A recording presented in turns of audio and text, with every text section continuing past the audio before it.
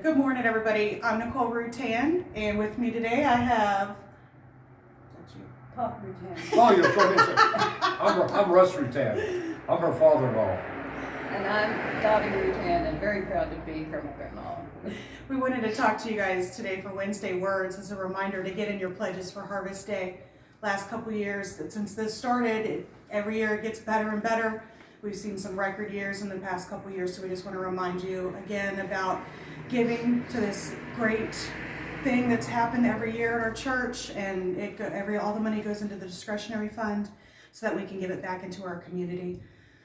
Pop, do you want to say some stuff about what Harvest Day is? I know practically everyone in our congregation has heard my little speech here about how Harvest Day originated many, many times, but there's a certain amount of people that haven't heard the story.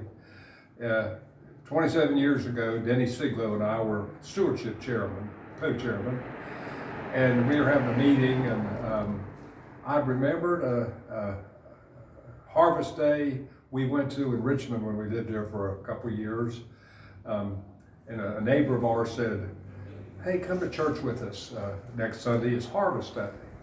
And I said, "What's that?" And he said, "Well, it's a day when you dig deep in your pocket and you get behind a picture in your wallet, and just all the extra money you can in is just to help people in our community." So I said, "Sure, we'll go." So this church was an old Baptist church in the Churchill section of Richmond. And my neighbor's name was George Washington Ellis, I'll never forget him. And we went to church, and it was quite an event, and they raised thousands of dollars, and that stuck in my mind. So when I was talking to Denny Siglo after our stewardship meeting, I said, "Denny, you think we could have a Harvest Day at Emmanuel?"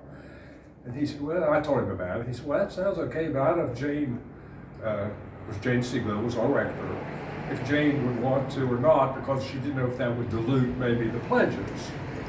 And he talked to her and called me and said, "No," she said, "that's a great idea, go ahead and go with it." So we did. Like I said, it's 27 years ago. Well, the first Harvest Day, there was $970 loose offering in the collection plate. It grew and grew and grew and grew. Last year it was over $7,200, and all of it goes to the discretionary fund, SACRA, and people in our community that need help. Basically, that's it. I didn't know we were going to do this morning. We did one a few years ago about Harvest Day, but hopefully next year, this year and last year, we couldn't have the Harvest Day breakfast because of COVID. But next year, hopefully this time, we'll be eating sausage and eggs and bacon, and all be together and have a great big old traditional Harvest Day. Yeah. Dottie and I decorate the vestibule here. It's decorated some now.